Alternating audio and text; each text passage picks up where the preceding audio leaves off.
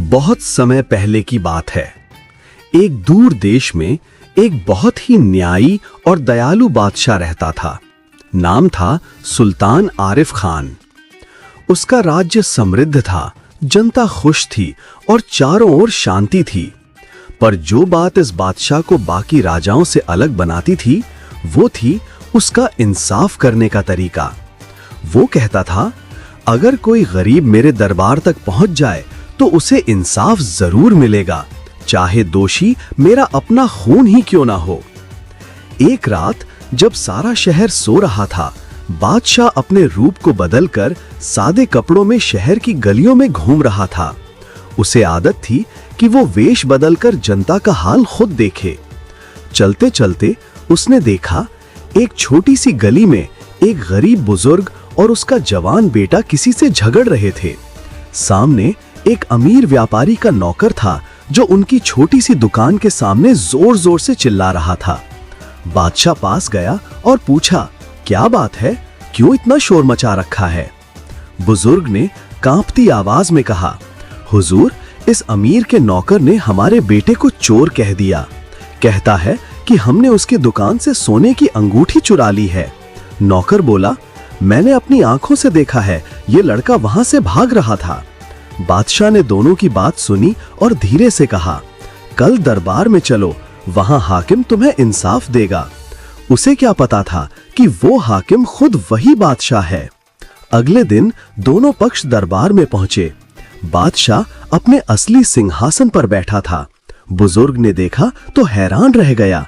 वही आदमी जो कल रात उनसे मिला था, आज बादशाह के रूप में सामने था। बादशाह ने मुस्कुरा कर कहा, कहो बुजुर्ग, अब बताओ तुम्हारे साथ क्या हुआ? बुजुर्ग ने सब कुछ बताया कि उनका बेटा मेहनत मजदूरी से गुजर बसर करता है और जिस रात अंगूठी गायब हुई, वो तो पूरी रात बीमार माँ के पास था। नौकर बोला, झूठ, मैंने खुद देखा था, वो वहां था। बादशाह ने कहा, ठीक है, तो चलो हम जगह पर जाकर देखते हैं। बादशाह खुद उस जगह गया। वहां जाकर उसने जमीन, दुकान और पास की गली को ध्यान से देखा। उसने एक जगह पर मिट्टी में किसी जानवर के पैरों के निशान देखे। बादशाह झुककर मिट्टी उठाई और बोला, ये तो ऊंट के पांव के निशान हैं और जिस ओर निशान जा रहे हैं उसी दिशा में व्यापारी का गोदाम है। सब लोग व्यापारी की गोदाम की ओर गए। वहां जाकर देखा, वो सोने की अंगूठी एक ऊंट की बोरी में पड़ी हुई थी। सब दंग रह गए। बादशाह ने नौकर की ओर देखा, अब बोलो, क्या ये भी उस गरीब का काम है? नौकर गिड़गिड़ाने लगा, हुजूर, मैंने झूठ बोला था, मैं तो अपने मालिक के कहने पर यह सब कर रहा था। बादशाह ने तुरंत व्यापारी को बुलवाया। पहले तो व्यापारी ने इनकार किया, लेकिन जब ऊंट की बोरी से उसकी मोहर लगी थैली मिली तो सच सामने आ गया। वो चाहता था कि गरीब की दुकान गिरा दी जाए ताकि वो वहां अपनी दुकान बढ़ा सके, इसलिए उसने झूठी चोरी का इल्जाम लगाया था।